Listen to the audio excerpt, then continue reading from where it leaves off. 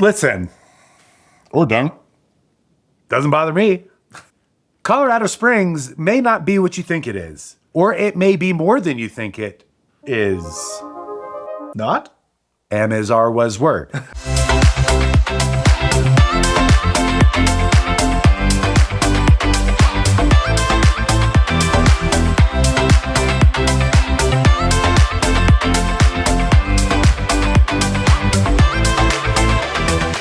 We're going to tell you 1 through N, things that I wish that I would have known about Colorado Springs. I think the ending is not a hook, is not a sneaky ploy to get you to stay till the end. But the end, I think, will surprise you because both of us feel this way. Both of us are transplants, icky, sticky, ooey, gooey transplants to Colorado. You want to know the first thing that I wish I would have known about Colorado before I moved here? What's that? Is that the word transplant existed because they're so uppity about people that are I've never been to a state where people are like, I'm a Colorado native.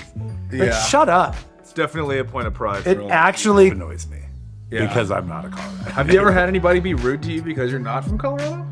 Actually, no, but I feel less than. I'm personally offended, so it's a me problem. Please roast Kyle in the comments for not being from Colorado. Look, it's just a personal pride thing.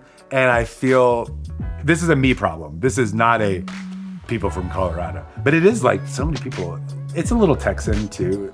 Yeah. But they don't use that terminology like, I'm a Texas native. They just say, I'm Texan. No, I'm Texan. And you're like, yeah, I know. I could tell.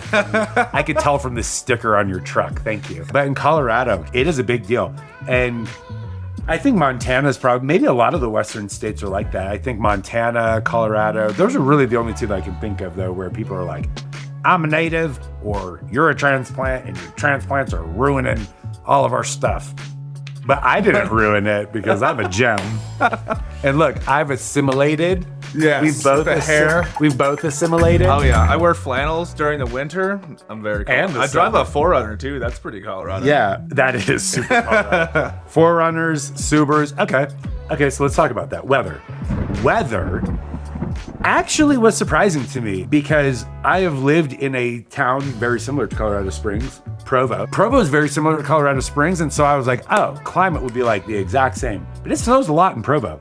And I was surprised at how much it doesn't snow everywhere in Colorado Springs. Yeah, me too. Definitely. We'll have days in the middle of winter where it's 60 degrees, and then a couple days later, you might get some snow. But it's gone so fast. But it also depends on, I don't know what you're laughing about. You just farted. No. Did you not? No. Oh, I definitely just thought I heard a fart. Sorry. Wow. Okay, back to the... Hello. You definitely just let us figure it out. Swear to God I You did. 100% just farted. I'm going to find out in a minute. I would own it. I would own it for the likes. But anyway, we'll... Caught it and it was one of you. This is going to be the best video we've ever made. The thing about the winter in Colorado Springs, though, is it actually depends on where you live in Colorado Springs. So I live on the east side of town, like Cimarron Hills area, and it'll be like, you'll pull up the weather app and it'll be like, it's gonna rain today. And I'll look outside and look across towards the mountains, like I-25 area, and it's raining, and it's sunny above, and it will not rain, and it'll push north That's over us. interesting because, and maybe not so much with rain, but like, I live in Old Colorado City, and we're in Black Forest right now, and even like the east side of town, y'all get more weather than we do downtown. It'll be snowing like on the east side, and it might be like some small flurries. Yeah, northeast. But that's also because the terrain rises as you get towards Black Forest. And it doesn't feel like it. In fact, I didn't know that until I Googleized it. Like, why does it snow so much more in Black Forest? Actually, a thing. And it's because the terrain actually rises, and it's like it's almost 1,000 feet higher than Old Colorado City. Wow. Yep. Yeah. So, anywho, so the weather does like continue to build that way. Backtracking, as we connect all the puzzle pieces in my brain, Subaru 4Runner. Weather.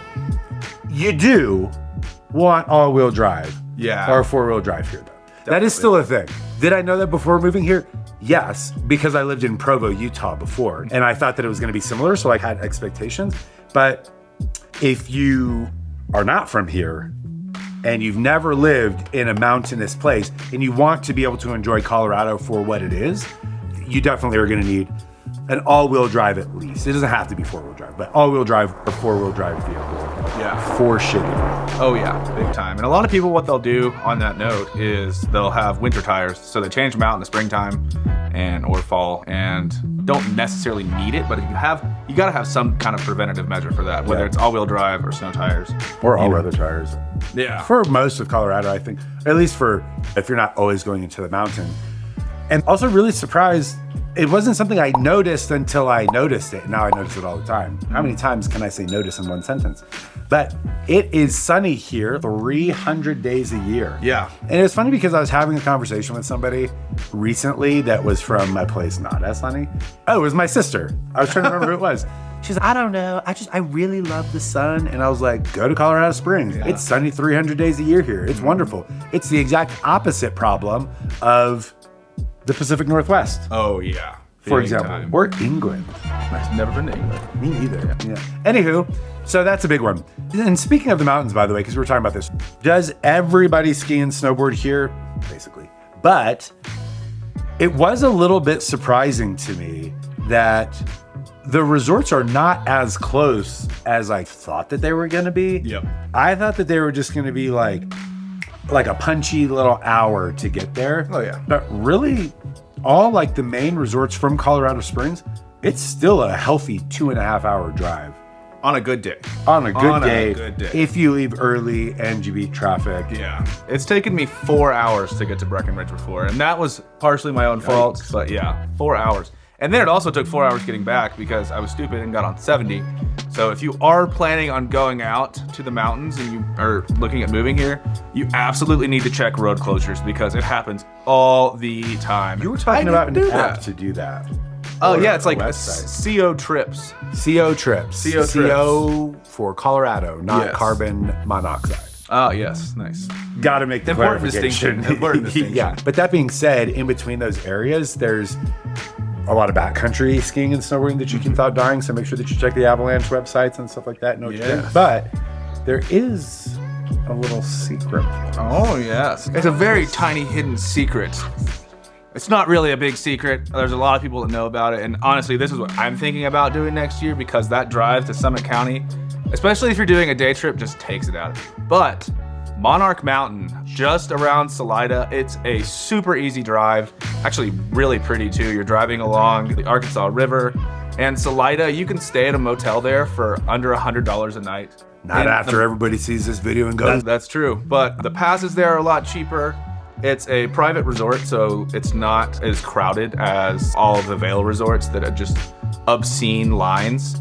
And it's just a lot more low-key place. So that's really what I'm thinking about doing next year instead of going with the Epic Pass. So now everybody roast Francis in the comments for giving away our little secret. Yes. Check it out, though. And if you go, hit me up. And also, if you know what this movie reference is, and remember, it's our little secret. If you know that movie reference, Commented below. do you know it? No, I don't. I don't. Idiot. I'll give it away at the end. Okay. This one is near and dear and pun intended to my heart. My home actually feels like I'm living in my neighbor's yard. Yeah. It's not every single place here, but a lot of the developments that were built 2000 and onward, it is like your backyard. So like I go into my backyard, we've got like a little deck. You walk down, then there's one long connecting fence and it's just like this big pattern. Yeah. And it's like, I can see into 1, 2, 3, 4, 5 neighbors' yards and they can all see into mine. And it's like super awkward. I'm gonna be honest, we like don't use our backyard for anything other than our dogs going back there and like grow back there. And it's because it's Akko Taco to be back there. Yeah. Like we've got a little like fire pit and it's cute and it's technically this great little space for entertaining. But it just feels like really Akko Taco to be back there because it's like everybody can just see into your yards. It's like super common. Yeah, definitely. And I live in Old Colorado City, and I could stick my arm out and touch my neighbor's house. And those are not new builds. Like my house was built in like 2017, but my neighbor's house was built in like 1890. And they just stacked these houses right on top of each other. So I don't ever go in my backyard. Like it's just a driveway. Yeah, it's just a alleyway. It is, yeah. So that is something to keep in mind if you're planning on moving out here. A lot of these newer homes, they just tried to fit as many homes into this neighborhood or these neighborhoods as possible. And the HOA regulations, you can't put up privacy fences in a lot of these neighborhoods. One could say you pay a premium for privacy. Yes, you definitely pay a premium for privacy. Pal. What was that? I was trying to see how many keywords I could get into that sentence. Gotcha. I don't have any good reason for that, but that is very common here. So yeah, you do have to pay quite a bit of money to have lots that are like sizable, and especially empty lots right now. Some of those empty lots are so expensive. You're like, oh, I want to move out to Colorado Springs and get a 5-acre lot.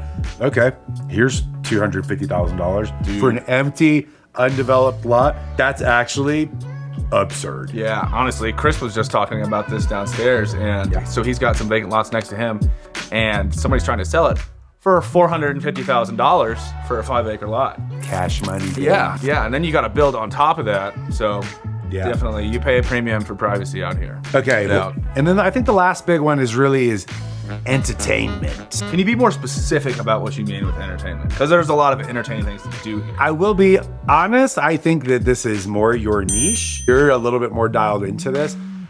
So I'm gonna actually let you lead it, and I'll follow suit, because Francis here is a music aficionado, concerts and festivals and things like that. I love going to responsibly. Shows.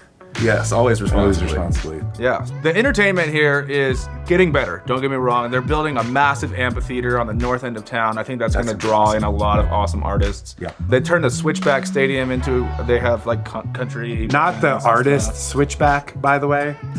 There's a semi-professional soccer team, the Colorado Springs Switchback. So their stadium. What are they doing? They have country bands. Yeah, they have concerts. Yeah. But just like the dining options, there's great restaurants here, don't get me wrong, but there's restaurants in fantastic locations that have been there for 20 years that the food is just not there. It's not great at all. I'm not going to call out any specific places, but there's a lot of really hit or miss restaurants here, so definitely do your research before you plan on going out.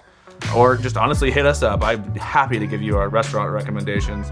There is live music here. There's the Black Sheep, Sunshine Studios. Lulu's downstairs is also really cool. They get a lot of bluegrass, funk, stuff like that. But people don't move to Colorado to go out to dinner and go to concerts.